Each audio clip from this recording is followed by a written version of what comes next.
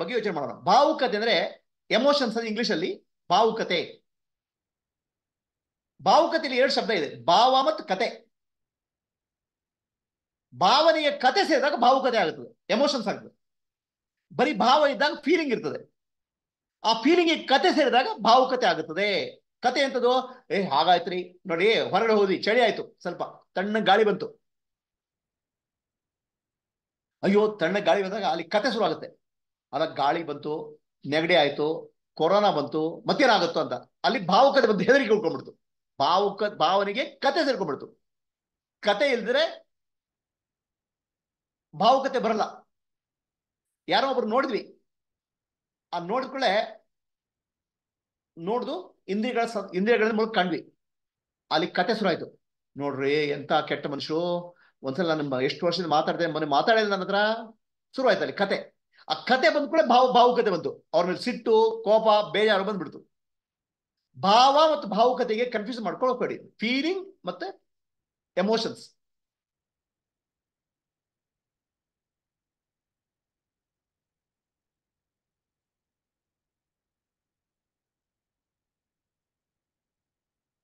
ಈಗ ಈ ಭಾವುಕತೆಯ ಬಗ್ಗೆ ಚಿಂತನೆ ಮಾಡೋಣ. ಭಾವುಕತೆಯಿಂದ ಏನಾಗ್ತದೆ ನಮ್ಮಲ್ಲಿ ಅಂತ.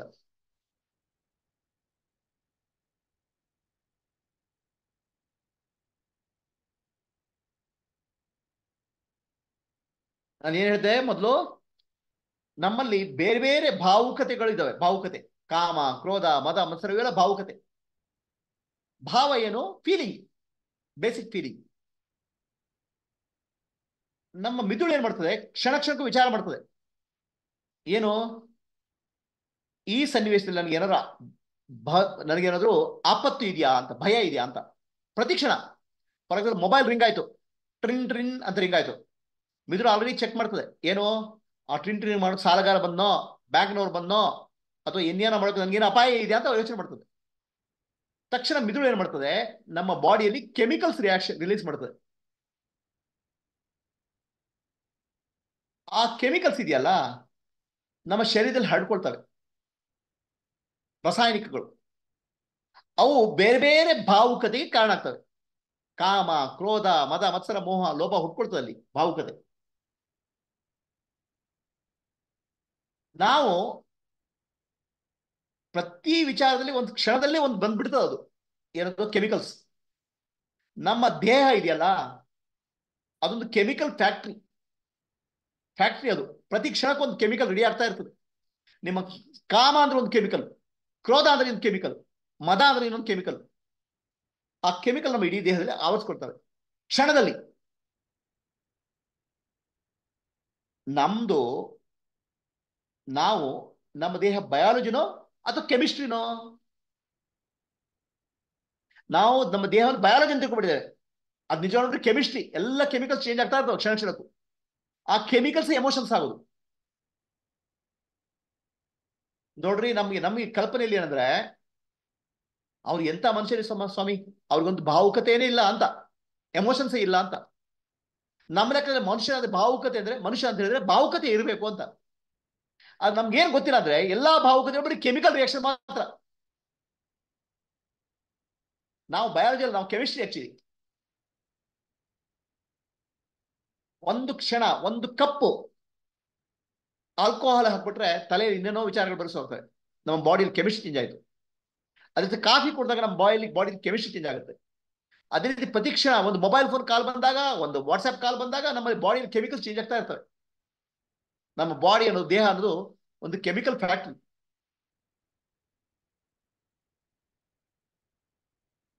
ಇದರಿಂದ ಏನಾಗುತ್ತೆ ಈ ಕೆಮಿಕಲ್ ಫ್ಯಾಕ್ಟ್ರಿಯಿಂದ?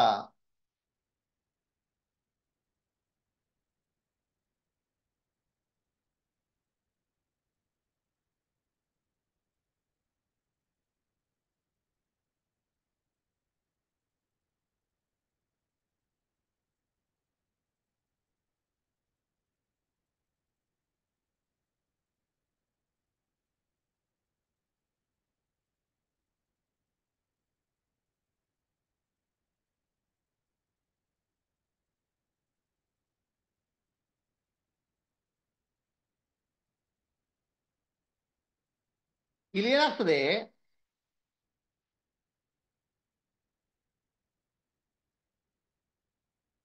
ಈ ಒಬ್ಳು ಹೆಂಗಸಿದ್ದು ಒಬ್ಳು ಡಾಕ್ಟರ್ಗಳು, ಅವಳು ಮಾಲಿಕ್ಯೂಲ್ಸ್ ಆಫ್ ಎಮೋಷನ್ಸ್ ಅಂತ ಪುಸ್ತಕ ಬರ್ತಾಳೆ. ಒಂದು ದೊಡ್ಡ ಹಾಸ್ಪಿಟಲ್ ಅಮೆರಿಕದಲ್ಲಿ ಅವಳು ಡಾಕ್ಟರ್ ಆಗಿದ್ದು, ತುಂಬಾ ಪ್ರಸಿದ್ಧ ಡಾಕ್ಟರ್. ಅವಳಿಗೆ ಗರ್ಭಿಣಿ ಆಗ್ತಾಳೆ. ಗರ್ಭಿಣಿ ಆದಾಗ ಸಿಕ್ಕಾಪಟ್ಟೆ ಎಮೋಷನ್ಸ್ ಬರ್ತವೆ, ಭಾವನೆಗಳು.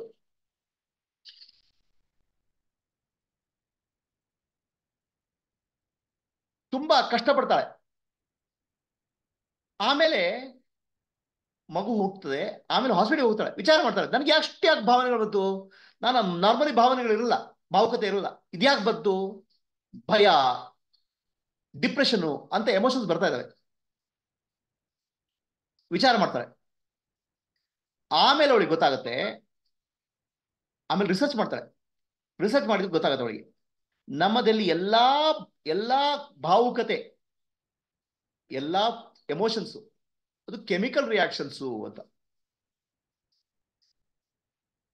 ನಮ್ಮ ಮಿದುಳು ಕ್ಷಣ ಕ್ಷಣಕ್ಕೂ ಬೇರೆ ಬೇರೆ ಕೆಮಿಕಲ್ಸ್ ಪ್ರೊಡ್ಯೂಸ್ ಮಾಡ್ತಾ ಇರ್ತದೆ. ಸೊ ನೀವು ಅಲ್ಲಿ ಸಮಸ್ಯೆ ಅದಿಲ್ಲ, ಸಮಸ್ಯೆ ಅದಲ್ಲ. ಸಮಸ್ಯೆ ಬಾಡಿ, ಮಿದುಳು ಕೆಮಿಕಲ್ ಪ್ರೊಡ್ಯೂಸ್ ಮಾಡ್ತದೆ, ಬಾಡಿ ರಿಯಾಕ್ಟ್ ಮಾಡ್ತದೆ. ಆದ್ರೆ ನಮ್ಮ ಸಮಸ್ಯೆ ಏನಂದ್ರೆ, ನಾನು ಆ ಭಾವುಕತೆ ಅಂತ ಆ ಮನುಷ್ಯನಿಗೆ ನಾನು ಕೇಳಿಸ್ಕೊಂಡ್ಬಿಡ್ತೇನೆ. ಬಾಡಿಯಲ್ಲಿ ದುಃಖ ಅನ್ನೋದು ಕೆಮಿಕಲ್, ನಾನು ದುಃಖ ಪಡ್ತಾ ಇದ್ದೇನೆ ಅಂತ. ಅವಾಗ ಏನಾಗುತ್ತೆ, ದುಃಖವನ್ನು ನನ್ನ ಮೇಲೆ ಆರೋಪ ಮಾಡ್ಕೊಳ್ತೇನೆ, ಆತ್ಮನ ಮೇಲೆ.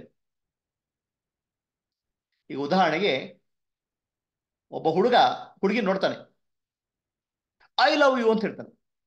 ಹುಡುಗಿ ಹೇಳ್ತಾಳೆ ಐ ಲವ್ ಯು ಅಂತ ಹೇಳ್ತಾಳೆ. ಈಗ ಯಾರ ಮೇಲೆ ಲವ್ ಇದೆ? ಆ ಹುಡುಗ ಹುಡುಗಿಯನ್ನು ನೋಡಿದಾಗ ಅವನ ಬಾಡಿಯಲ್ಲಿ ಕೆಲವು ಹಾರ್ಮೋನ್ ಜನರೇಟ್ ಆಗ್ತದೆ, ಕೆಮಿಕಲ್ಸ್. ಅದೊಂದು ಒಳ್ಳೆ ಫೀಲಿಂಗ್ ಕೊಡ್ತದೆ. ಆ ಒಳ್ಳೆ ಫೀಲಿಂಗ್ ಏನ್ ಮಾಡ್ತದೆ, ಅದನ್ನ ಲವ್ ಅಂತ ಹೇಳ್ತಾರೆ. ಆ ಹುಡುಗಿಯ ಬಾಡಿಯಲ್ಲಿ ಏನೋ ಒಳ್ಳೆ ಫೀಲಿಂಗ್ ಹುಟ್ಟುತ್ತದೆ, ಅದನ್ನು ಲವ್ ಅಂತ ಹೇಳ್ತಾರೆ. ಹಾಗೆ ಯಾರನ್ನು ಪ್ರೀತಿ ಮಾಡ್ತಾ ಇದ್ದಾರೆ? ಕೆಮಿಕಲ್ ಇವನ ಶರೀರದಲ್ಲಿ ಕೆಮಿಕಲ್, ಆ ಹುಡುಗಿಯ ಶರೀರದಲ್ಲಿ ಕೆಮಿಕಲ್ ಪ್ರೀತಿ ಮಾಡ್ತಾರೆ. ಅದು ನಾನ್ ಪ್ರೀತಿ ಮಾಡ್ತೇನೆ ಅಂತ ಹೇಳ್ತದೆ. ನಮ್ಮಲ್ಲಿ ಅಜ್ಞಾನ ಇದೆ, ನಾನು ಯಾರು ಅಂತ ಗೊತ್ತಿಲ್ಲ. ಇದಕ್ಕೆ ಕೆಮಿಕಲ್ ಲವ್ ಅಂತ ಹೇಳ್ತೇವೆ ನಾವು.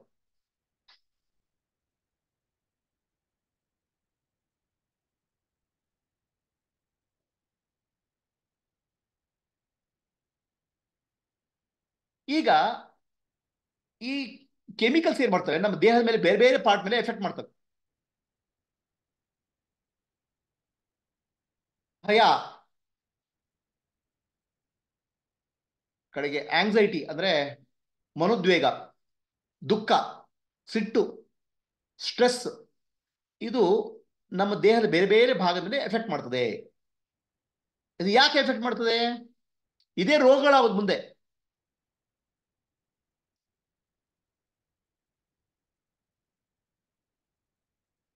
ಯಾಕೆ ಎಫೆಕ್ಟ್ ಮಾಡ್ತಂದ್ರೆ, ನಮ್ಮಲ್ಲಿ ಭಾವನೆ ಇದೆಯಲ್ಲ, ಅದಕ್ಕೆ ಭಾವುಕತೆ ಇದೆಯಲ್ಲ, ಅದಕ್ಕೆ ಎರಡೇ ದಾರಿ. ಒಂದು ಎಕ್ಸ್ಪ್ರೆಷನ್ ಅಂದ್ರೆ ತೋರಿಸ್ಕೊಳ್ಳೋದು, ಇಲ್ಲ ಸಪ್ರೆಷನ್, ಮುಚ್ಕೊಳ್ಳೋದು. ನೋಡಿಯಪ್ಪ, ನಾವು ಆಫೀಸಲ್ಲಿ ಕೂತ್ಕೊಂಡಿದ್ದೇವೆ, ಬಾಸ್ ಬಂದು ಬೈಲಿಂಗ್ ಶುರು ಮಾಡ್ತಾರೆ. ಅವಾಗ ಒಳಗೆ ಏನಾಗುತ್ತೆ, ಒಂದು ದುಃಖ ಆಗುತ್ತೆ, ಇಲ್ಲ ಸಿಟ್ಟು ಬರ್ತದೆ. ಒಂದು ಬಾಸ್ಗೆ ಹೊಡಿಲಿಕ್ಕಾಗತ್ತಾ? ಮುಖದಲ್ಲಿ ಮನಸ್ಸಲ್ಲಿ ಸಪ್ರೆಸ್ ಮಾಡ್ಕೋಬೇಕು. ಮುಖದಲ್ಲಿ ಓ ಸಾರಿ ಸರ್, ಸಾರಿ ಸರಿ ಮಾಡ್ತೇನೆ ಅಂತ ಹೇಳಬೇಕು. ಸಪ್ರೆಸ್ ಮಾಡುವುದು ಅಥವಾ ಎಕ್ಸ್ಪ್ರೆಸ್ ಮಾಡುವುದು. ಅಲ್ಲ, ನಮ್ ಸಿಟ್ಟು ಬಂದ ನಾವು ಬಾಸ್ ಮೇಲೆ ಹೇಳಕ್ಕಾಗತ್ತಾ? ಹೇಳಿದ್ರೆ ಕೆಲಸ ಹೋಗುತ್ತದೆ. ಭಯ, ಸಪ್ರೆಷನ್ ಇಲ್ಲ ಎಕ್ಸ್ಪ್ರೆಷನ್. ಸಪ್ರೆಷನ್ ಅಂದ್ರೆ ಮುಚ್ಚಿಡೋದು, ಎಕ್ಸ್ಪ್ರೆಷನ್ ಅಂದ್ರೆ ತೋರಿಸ್ಕೊಳ್ಳೋದು. ತೋರಿಸ್ಕೊಳಕ್ಕಾಗತ್ತಾ? ಗಂಡ ಹೆಂಡತಿ ಇದ್ದಾರೆ, ಗಂಡ ಮಾತಾಡ್ತಾರೆ, ಹೆಂಡತಿ ಸಿಟ್ಟು ಬರ್ತಾ ಇದೆ, ಅದನ್ನ ಎಕ್ಸ್ಪ್ರೆಸ್ ಮಾಡಕ್ಕಾಗತ್ತಾ? ಮಾಡಿದ್ರು ಮಾಡ್ಬೋದು, ಅದು ಬೇರೆ. ಸಪ್ರೆಸ್ ಮಾಡ್ಕೊಂಡ್ರೆ, ಸಪ್ರೆಸ್ ಮಾಡ್ಕೊಂಡು ಎಕ್ಸ್ಪ್ರೆಸ್ ಮಾಡೋದು ಎರಡರಲ್ಲೂ ಸಮಸ್ಯೆ ಇದೆ. ಯಾಕಂದ್ರೆ ಎಮೋಷನ್ಸ್ ಅದು ಎನರ್ಜಿ ಇನ್ ಮೋಷನ್. ನಮ್ಮಲ್ಲಿ ಶಕ್ತಿ ಚಾಲನೆ ಶುರು ಆಗ್ಬಿಟ್ಟಿದೆ.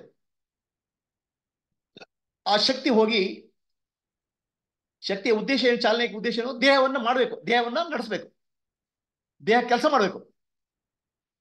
ಆದ್ರೆ ದೇಹ ಕೆಲಸ ಮಾಡ್ಲಿಕ್ಕೆ ಆಗುದಿಲ್ಲ. ಯಾಕಂದ್ರೆ ಬಾಸ್ ಬಂದು ಸಿಟ್ಟು ಬಂದ್ರೆ ನಾವು ಸಿಟ್ಟು ತರ್ಲಿಕ್ಕೆ, ಸಿಟ್ಟನ್ನು ತೋರಿಸ್ಕೊಳಕ್ ಆಗಲ್ಲ. ಎಮೋಷನ್ಸ್ ನಮ್ದು ಪ್ರೈಮರಿ ರೆಸ್ಪಾನ್ಸ್ ಲೈಫಲ್ಲಿ. ಒಂದು ಶಬ್ದ ಬಂತು, ಟಕ್ ಅಂತ ಶಬ್ದ ಬಂತು, ಜಿಂಕೆ ಏನ್ ಮಾಡುತ್ತೆ ಕಾಡಲ್ಲಿ, ಭಯ ಹುಟ್ಕೊಳ್ತು. ಭಯ ಹುಟ್ಕೊಂಡ್ಕೊಳ್ಳೆ ಹಾರ್ಟ್ ಬೀಟ್ ಜಾಸ್ತಿ ಆಗುತ್ತೆ, ಕಾಲು ರಕ್ತ ಸಂಚಾರ ಓಡ್ಬೇಕು, ಅಂದ್ರೆ ಬಾಡಿ ನಡೆಸಬೇಕು. ಆದ್ರೆ ನಮ್ಮ ಜೀವನದಲ್ಲಿ, ಈಗ ಮಾಡರ್ನ್ ಜೀವನದಲ್ಲಿ ನಾವು ಭಯವನ್ನು ತೋರಿಸ್ಲಿಕ್ಕೆ ಆಗುದಿಲ್ಲ, ಅವಾಗ ಸಪ್ರೆಸ್ ಮಾಡ್ತೇವೆ. ಆ ಸಪ್ರೆಸ್ ಮಾಡಿದ ಎನರ್ಜಿ ಏನಾಗುತ್ತೆ, ಅದು ದೇಹದ ಬೇರೆ ಬೇರೆ ಭಾಗಕ್ಕೆ ಹೊಡಿತದೆ. ಅಲ್ಲೇನಾಗುತ್ತೆ, ಅದು ಎಫೆಕ್ಟ್ ಮಾಡ್ತದೆ, ಅದೇ ರೋಗಗಳಾಗ್ತವೆ ಮಂದಿ ಬೇರೆ ಬೇರೆ.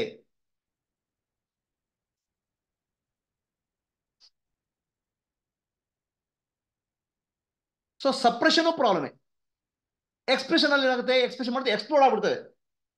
ಸಪ್ರೆಸ್ ಮಾಡಿದ್ರೆ ದೇಹದ ಒಳಗೆ ಎಫೆಕ್ಟ್ ಆಗ್ಬಿಡ್ತದೆ. ಹಾಗೆ ನಮ್ಮ ಪರಿಹಾರ ಇದೆಯಾ? ಪರಿಹಾರ ಏನು? ಸಪ್ರೆಷನ್ ಮಾಡಿದ್ರೆ ಒಳಗಡೆ ತೊಂದರೆ ಆಗುತ್ತೆ, ಎಕ್ಸ್ಪ್ರೆಷನ್ ಮಾಡಿದ್ರೆ ಹೊರಗಡೆ ತೊಂದರೆ ಆಗುತ್ತೆ, ಎಕ್ಸ್ಪ್ರೆಷನ್ ಆಗುತ್ತೆ. ಇದು ಎಮೋಷನ್ ಒಂದರ ಬಾಂಬ್ ಇದ್ದಾಗೆ. ಆ ಬಾಂಬ್ ಅನ್ನು ಮುಚ್ಚಿಟ್ಕೊಂಡು ತೊಂದರೆ, ಅದು ಒಡೆದ್ರು ತೊಂದರೆ. ಸೊ ನೀವೇನ್ ಮಾಡ್ತೀರಾ ನಿಮ್ಮ ಲೈಫಲ್ಲಿ?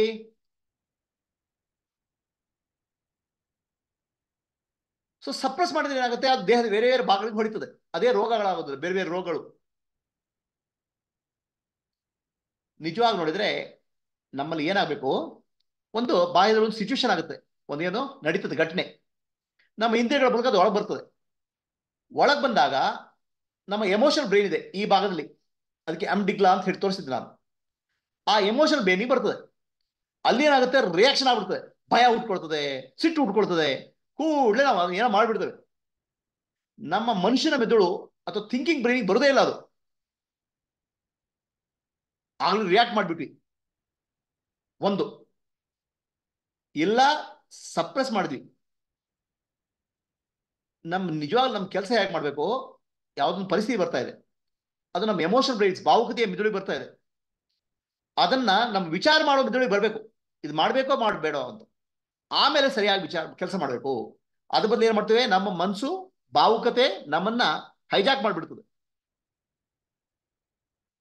ಹಾಗಿದ್ರೆ ಇದು ಎಕ್ಸ್ಪ್ರೆಷನ್ ಮತ್ತು ಸಪ್ರೆಷನ್, ಇದನ್ನು ಹೊರಬರಲು ದಾರಿ ಇದೆಯಾ? ಆ ದಾರಿಗೆ ಡಿವೋಷನ್ ಅಂತ ಹೇಳ್ತೇವೆ, ಭಕ್ತಿ ಅಂತ ಹೇಳ್ತೇವೆ. ಇದು ಟ್ರಾನ್ಸೆಂಡೆನ್ಸ್, ಅದ್ರ ದಾಟಿ ಹೋಗ್ಬೇಕು, ಜ್ಞಾನ ಪಡ್ಕೋಬೇಕು. ಜ್ಞಾನ ಅಥವಾ ಭಕ್ತಿ, ಈ ಎರಡನ್ನು ಮಾಡಿದಾಗ ನಮ್ಮ ಜೀವನದಲ್ಲಿ ಎಮೋಷನ್ಸ್ ಇಂದ ಅಥವಾ ಭಾವುಕದಿಂದ ಹೊರಬರಲಿಕ್ಕೆ ಸಾಧ್ಯ ಇದೆ, ಶಾಂತವಾಗಿ ಜೀವನ ಮಾಡಲಿಕ್ಕೆ ಸಾಧ್ಯ ಇದೆ. ಯಾರಿಗೆ ಪ್ರಶ್ನೆ ಇದೆಯಾ? ಕ್ಲಿಯರ್ ಆಗಿದೆಯಾ?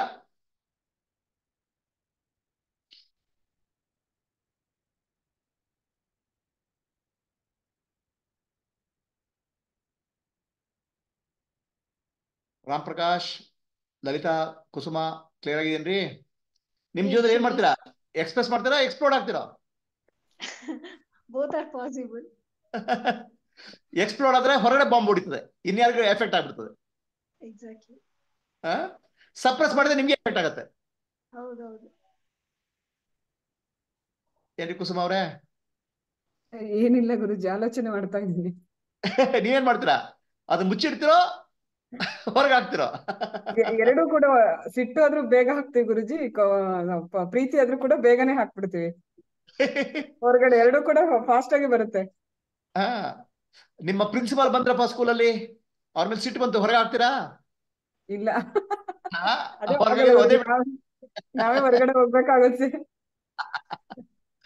ಮುಚ್ಕೊಂಡ್ಬಿಡುತ್ತೆ. ಆ ಹೌದು. ಮುಚ್ಚಿಟ್ಕೊಂಡದೆ ಕಡೆಗೆ ನಮ್ಗೆ ಕಡೆಗೆ ಬ್ಲಡ್ ಪ್ರೆಷರ್ ಆಗುದು, ಮತ್ತೆ ಏನೇನೋ ರೋಗಗಳಾಗುದು ನಿಧಾನವಾಗಿ. ಆದ್ರೆ ಗುರುಜಿ ನಂಗೊಂದು ಇದ್ ಬಂತು, ಇಚ್ಛಾಶಕ್ತಿ, ಜ್ಞಾನಶಕ್ತಿ, ಕ್ರಿಯಾಶಕ್ತಿ ಅಂತ ಭಗವಂತ ಮಾಡಿಸುದಂತ ಹೇಳಿದ್ಮೇಲೆ ಇದ್ ಹೇಗೆ ಗುರುಜಿ ಬೇರೆ ಆಗುತ್ತೆ? ಅಜ್ಞಾನದಿಂದ. ಅಲ್ಲ, ಈ ಭಾವನೆಗಳಿಗೆ ನಾವ್ ಯಾಕೆ ಅಜ್ಞಾನ ಅಂತ ಹೇಳ್ತೀವಿ? ಆ ಭಾವನೆಗಳು ಇದು ಈಗ ಒಂದು ಹುಡುಗ ಒಂದು ಹುಡುಗಿಗೆ ಐ ಲವ್ ಯು ಅಂತ ಪ್ರಶ್ನೆ ಏನಂದ್ರೆ, ನಿಮ್ಮಲ್ಲಿ ಕುಸುಮ ಅಂತ ಇದೆ, ಹೌದಾ? ಹೌದು. ನಿಮ್ಮಲ್ಲಿ ಇಚ್ಛಾಶಕ್ತಿ, ಜ್ಞಾನಶಕ್ತಿ, ಕ್ರಿಯಾಶಕ್ತಿ.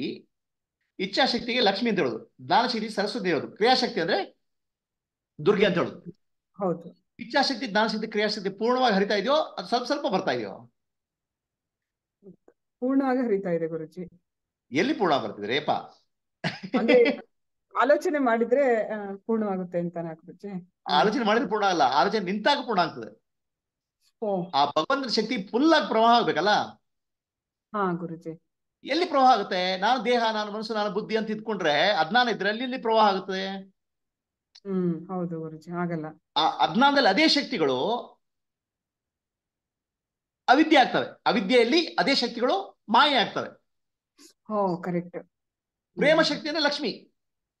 ಅಜ್ಞಾನ ಇದ್ದಾಗ ಆ ಪ್ರೇಮ ಶಕ್ತಿ ಮೋಹ ಆಗ್ಬಿಡ್ತದೆ, ಅಟ್ಯಾಚ್ಮೆಂಟ್ ಆಗ್ಬಿಡ್ತದೆ. ಓ ಕರೆಕ್ಟ್, ಈಗ ಅರ್ಥ ಆಯ್ತು ಗುರುಜಿ. ನಾನು ಆಯ್ತಾ? ಭಾವನೆಗಳಿರ್ತೇನೆ. ಓಕೆ ಗುರುಜಿ, ಸರಿ ಆಯ್ತು ಗುರುಜಿ. ಅದೇ ಸರಸ್ವತಿ, ಲಕ್ಷ್ಮಿ ಸರಸ್ವತಿ ಇದೆ, ಸರಸ್ವತಿ ಹ್ಮ್ ಸರಸ್ವತಿ ಶಕ್ತಿ, ಹೌದು ಪ್ರಜ್ಞಾಶಕ್ತಿ. ಹ್ಮ್ ಅಜ್ಞಾನ ಇದ್ದಾಗ ಅದೇ ಪ್ರಜ್ಞಾಶಕ್ತಿ ಏನಾಗುತ್ತೆ, ಅಹಂಕಾರ ಆಗ್ಬಿಡ್ತದೆ, ದರ್ಪ ಆಗ್ಬಿಡ್ತದೆ. ಹಾ ವೆರಿ ಟ್ರೂ. ಹ್ಮ್ ಹೌದು ಕರೆಕ್ಟ್ ಗುರುಜಿ. ಆರೋಪ ಮಾಡ್ದಂಗ ಆಯ್ತು ನಾನೀಗ. ಆ ಏನ್ರಿ ಸುಜಾತ ಅವರೇ, ಪಾರ್ವತಿ ಅವರೇ, ಪ್ರಶ್ನೆ ಇದೆಯಾ?